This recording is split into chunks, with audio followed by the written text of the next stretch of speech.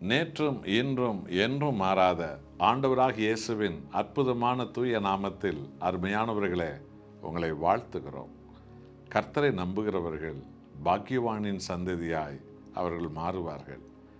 பழைய பாவ சிறையிருப்பெல்லாம் இயேசு இரத்தத்தால் அழிந்து போகிறது. அவருடைய ஆவியாலே நாம் எல்லோரும் உயிர்ப்பிக்கப்பட்டோம்.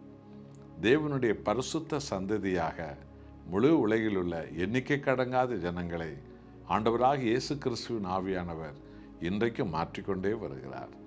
ஆகவே இந்த நாள் தேவன் நமது வாழ்வை செய்த மகத்துவங்களுக்கு நன்றி சொல்லி அவரை ஆராதிக்கும் நாள். சபையில் முழு உள்ளத்தோடு கூட தேவனுக்கு துதி செலுத்தும் நாள்.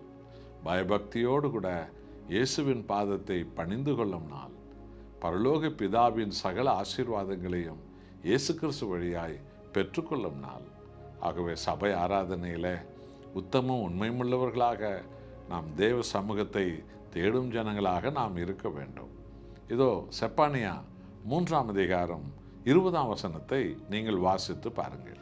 அக்காலத்தில் உங்களை கூட்டிக் கொண்டு வருவேன், அக்காலத்தில் உங்களை சேர்த்து கொள்ளுவேன். உங்கள் கண்கள் காண நான் உங்கள் சிறையிருப்பை திருப்பும்போது பூமியில் உள்ள சகல ஜனங்களுக்குள்ளும் நான் உங்களை கீர்த்தியும் புகழ்ச்சியுமாக வைப்பேன் என்று கர்த்தர் சொல்லுகிறார். பார்த்தீர்களா? நாம் மீட்கப்பட்ட காலங்கள், நாம் ரட்சிக்கப்பட்ட காலங்கள், நாம் விடுவிக்கப்பட்ட காலங்கள், நம்முடைய பாவ சிறையிருப்பு, சாத்தானுடைய சிறையிருப்பு, உலகத்தின் சாப சிறையிருப்பு, ஜாதி மத இன வெறி கூட்டத்தின் சிறையிருப்பிலிருந்து நாம் எல்லாம் ஆண்டவர் இயேசுவால் மீட்கப்பட்டு விட்டோம், ரட்சிக்கப்பட்டு விட்டோம். அவருடைய இரத்தத்தால் கழுவப்பட்டு விட்டோம். அவருடைய ஆவியால் நாம் பரிசுத்த சந்ததிகளாய் மாற்றப்பட்டு விட்டோம். பரலோக பிதாவின் சொந்த பிள்ளைகளாக அப்பா பிதாவே என்று உரிமையோடு தேவனை அழைக்கிற உரிமை பெற்ற சந்ததிகளாக நாம் மாறிவிட்டோம். சாத்தானின் அதிகாரங்களை உடைக்க தேவன் நமக்கு வல்லமையும் பலனையும் கொடுத்திருக்கிறார். எந்த சாப நோய்களையும் இயேசுவின் நாமத்தினால் தழும்புகளால் அழித்து போட்டு ஜெபிக்க நாம் அழைக்கப்பட்டிருக்கிறோம். எத்தனை பெரிய கூட்ட மக்களையும் தேவனுக்கு நேராய் ஆசீர்வாத சந்ததிகளாக அழைத்து கொண்டு வர நாம் எல்லோரும் தேவ ஆவியானார் பலப்படுத்தப்பட்டிருக்கிறோம். நம்மை ஆண்டவராக இயேசு கிறிஸ்து கீர்த்தியும் புகழ்ச்சியுமாக இந்த பூமியிலே அவர் வைத்திருக்கிறார். கிறிஸ்துவை ஆராதிக்கிற உலகம் முழுவதும் உள்ள நாடுகளை பாருங்கள். உலகிலே கீர்த்தியும் புகழ்ச்சியும் உள்ளவர்களாக அவர்கள் இருப்பார்கள். உலகத்தில் மனித குலத்துக்கு எல்லாவற்றையும் உருவாக்கி கொடுத்த விஞ்ஞானிகளை பாருங்கள். அவர்கள் கர்த்தராகிய இயேசுவின் நாமத்தினாலே அவருடைய ஞானத்தை பெற்று அறிவை பெற்று கீர்த்தியும் புகழ்ச்சியுமாய் மனித குலத்திற்கு அவர்கள் பிரயோஜனமானவைகளை செய்தார்கள்.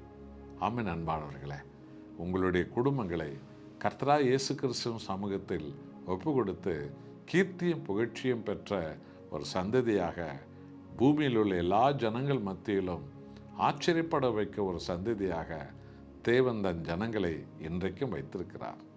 ஆகவே முழு உலகில் எல்லா சபைகளும் மறுரூபம் அடைய வேண்டிய நாட்கள் வந்துவிட்டது. விசுவாசிகளான நாம் எல்லோரும் மறுரூபம் அடைய வேண்டிய நேரம் வந்துவிட்டது.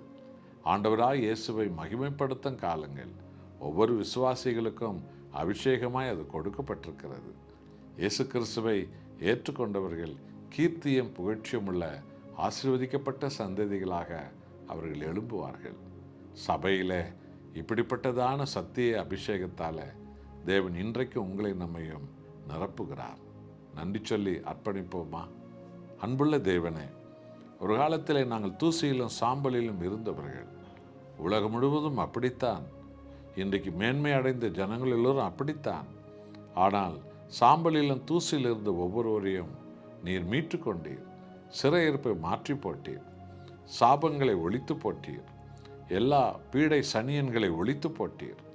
ஆசீர்வாதத்தின் ஆவியால் எங்கள் எல்லோரையும் உயர்த்து விட்டீர். கீர்த்தியும் புகழ்ச்சியுமுள்ள ஜனங்களாக இயேசுவே உம்முடைய சந்ததி ஜனங்களை இந்த பூமி முழுவதும் நீர் வைத்திருக்கிறீர். இதோ இந்த ஆராதனையில் பங்கேற்றுக்கொள்ளும் உமது சபை மக்கள், விசுவாசிகள், போதகர்கள், பிரசங்கிமார்கள் எல்லாரையும் கீர்த்தியும் ஆண்டவர் புகழ்ச்சியுமுள்ள சந்ததிகளாக இயேசுவின் நாமத்தினால் எங்கள் தேவன் இன்றைக்கும் உயர்த்துகிறீர். அப்படியே ஆண்டவரை நீர் மகிமைப்படுகிறதற்காய் ஸ்தோத்திரம். உமக்கே புகழ். இயேசுவை இரட்சகராய் ஏற்றுக்கொள்கிறவர்கள் புகழ்ச்சியை காண்பார்கள். கீர்த்தி அடைவார்கள்.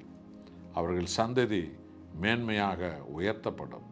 உமக்கே மகிமை அப்பா, இயேசு நாமத்தில் பிதாவே, ஆமென்.